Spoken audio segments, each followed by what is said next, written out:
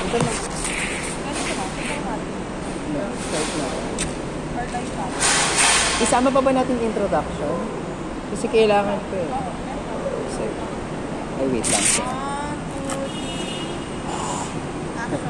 Good afternoon po. So we're here today at Triple and Slow here at Katipunan Avenue. Please introduce yourself po. Name lang po. Clark. Clark of Triple and Slow po. Oh, Triple and Slow. Yes po. Ilang years na pong operating yung Triple and Slow? Dito, nasa 6 na, before nasa, BGC. BGC. Tapos, eto po, another branch lang. Then, meron sa Alabang, Molito, Alabang. Okay. So, may 3 branches po kayo. Yun sa BGC, wala na siya. Wala na. So, ito, sa kayong Alabang. Pero dito po, ilang years nang operating ang Triple and Slow? Mga 6 na yata, 6 years. May 6 years na din. Okay, sige. Ano po yung requirements na parang pinasa para makakuha po ng liquor permit po? Marami, barangay, DTI, yung usual, yung fire, safe, saka yung mga medical ng mga staff. Yun yung mga kukunin mo, mayor's permit. Yun yung mga kukunin mo para makakuha ka ng liquor's permit. Okay, sige. Salamat. So, madami po talagang permit marami. na kayo. Nung nag-require po ba kayo, bago kayo maka-secure ng permit, parang bago siya mabigay sa inyo, may mga naging challenges po ba or problems? Oo, meron. Kasi yung unang-una, kukuha ka ng mga requirements, kailangan kumpleto lahat. Halimbawa, sa barangay, kung ano yung requirements nila, syempre, magbabayad ka. Pagdating sa munisipyo, sa fire, kailangan yung establishment mo, may fire extinguisher siya, o yung sprinkler, yung mga ganyan.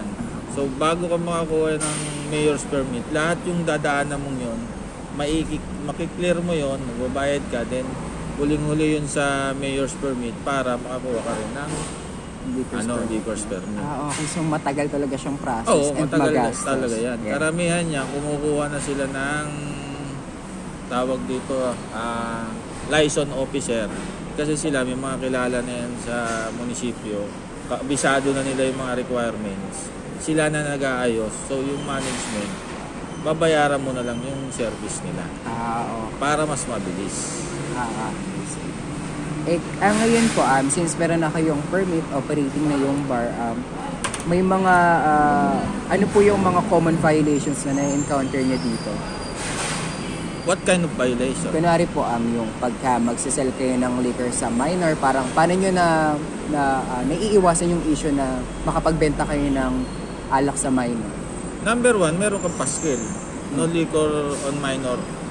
Kahit sa sigarilyo, ganun din. Second, bago sila pumasok dyan, kung magiinom sila, hihingihan mo ng ID.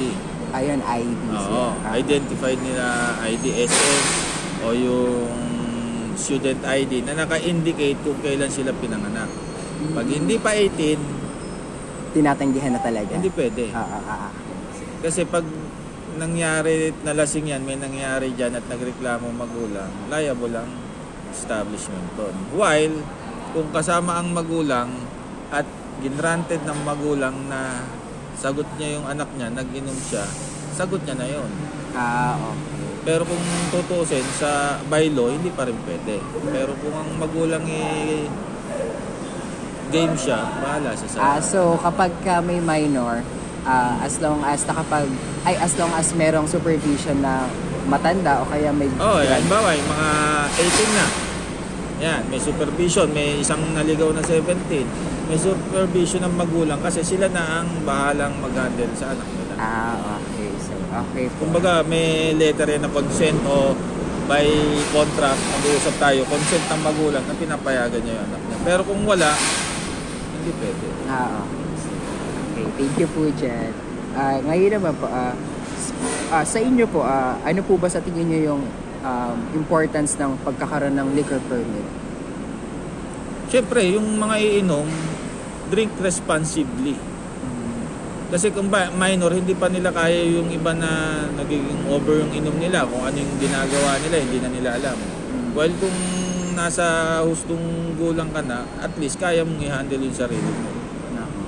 Kung ayaw mo na, huwag ka mo nang pilitin. Okay. Pero kayo po ba dito, pagka po ba may liquor permit, parang mas madami ba kayong pwedeng alak na ibenta? Gano'n?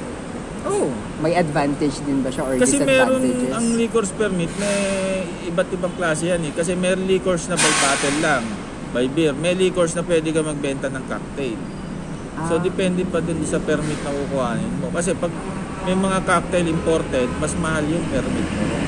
Okay. So, pagka magli-liquors permit ka pala, may mga variety pa siya, no? Oo, meron pa yun. Hindi yung kukuha ka lang ng liquors permit tapos na. Hindi pala siya pwede sa May lahat. level din yun yung binibenta mo, kung ano yung binibenta mo. Okay. So, ayan. Okay po. Kayo naman po, when it comes sa mga nalalasing dito sa paano nyo po hinahandle yun? Kaya rin pag may nagmamaoy, syempre hindi may iwasan since nagbebenta po tayo ng alak dito. Maraming klase, depende naman kasi yung sabihin natin yung sumusuka. Number 1, dali mo sa CR, pero may kasama siya. Hindi mo naman pwede, linisin mo lang yun. Then kausapin mo, yung ibang restaurant, ang ginagawa nila, pag sumuka ka, bayaran mo yung maglilinis. Oo nga, yeah. Kayo po ba Ganon. dito? May ganun din kayo? Hindi ganyan ang policy natin. Iba naman, kanya-kanya naman policy yun. Yung iba, pag lasing na, itabi mo na, huwag mo nang painumin. Kayo po ba dito, meron po ba kayong parang trainings on parang paano nyo i-handle yung mga lasing na staff? I mean lasing na mga customers nyo? Kanya-kanya namang training. Pero mostly yan, through experience na yan. Okay. Through experience. Ng mga server, saka ng mga manager. Then, dinidesignate lang nila sa server kung ano yung pinaka-best way na gawin. Pero kasi iba-iba yung mindset ng tao pag nalalasing. Iba-iba ng ugali. Ang pinaka-ano dun kasi, may iwasan yung kasakitan, saka may mangyari dun sa tao habang nasa store. Pag nasa labas, wala na, hindi na sagot na ng store. Kasi may liability kayo pag asa loob. Yun yung liability ng store pag nasa loob. Kapag naman po, pagdating naman po sa reklamo sa mga alak nyo, sa mga service nyo, sa alcohol service or sa quality ng alak nyo, paano nyo po hinahandle yun? Yun? Dali lang naman yun. Palitan mo kung ayaw niya. Okay. Ganun. Yun yung pinaka-best way doon. Kasi yung iba, iisipin losses. Hindi losses yun kasi yung customer nandun pa rin naman. Yung kikita ka pa rin naman. Kung ayaw niya, palitan mo. Initiate ka ng ibang drinks na magugustuhan mo. Okay. Ganun na lang yung ginagawa na. Maganda po yan na. Kayo po, may mga challenges po ba kayo na parang nakakaharap ngayon in maintaining yung parang compliance nyo when it comes sa liquor permits nyo? Wala naman. Pag sa munisipyo, basta nasunod mo lang naman yung requirements, wala ka naman magiging problema. Ang magiging problema mo lang kung mag-e-expire yung mga permit mo. Yun.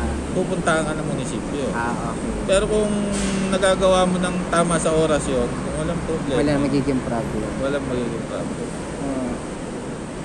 Ito po, based on your opinion na lang naman po, how do you think government policies on liquor licensing could be improved? Tingin niyo po ba may dapat pa tayong i-improve? Marami yan. Depende sa... every year yan, nagbabago yan. Parang katulad dati, kailangan pupunta ka munisipyo. Ngayon, pwede na yung online.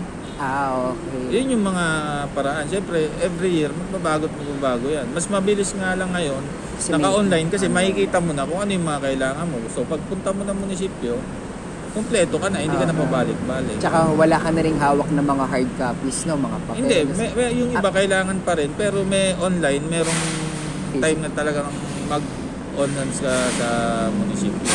O yung iba, i-scan na lang, na lang. Mas mabilis lang yung pacing kasi yung pag-i-inquire mo, hindi mo na kailangan pumunta ng pila sa munisipyo. Mas mabilis kasi sa internet. Kumbaga mas madali na, no? Mas lalabas na rin to kung magkano yung babayaran mo, everything. Mapiprepare mo na. Hindi yung pupunta ka, ano requirements, babalik ka, magkano babayaran, babalik ka na naman. Thank you po that. Ngayon naman po, may ma-advise po ba kayo sa mga aspiring bar owners regarding sa legal and ethical responsibilities pagdating sa alcohol service? Doon kailangan well-trained yung staff mo saka yung bartender mo, syempre. Hindi lang naman mix ka lang ng mix mo. Pag nagkamali ka ng mix, pwedeng sumakit ang ng customer mo, may affect sa ano nila yon, sa body nila. Or kung sobrang tapang, bangag naman ang aabot. Kaya depende dun sa magiging mix mo. So dapat no, may trained staff sila, maingat sila, at alam nila yung binebenta nila. Siyempre, Ah, kahit sa ano man, kailangan yung knowledge mo dun sa product mo, kailangan alam mo. Paano ka magbebenta ng isang bagay na hindi mo alam yung ibebenta? Kahit sabihin mo lasa lang, hindi mo alam. sa bagay. So, yun lang po. Salamat po. Thank you po.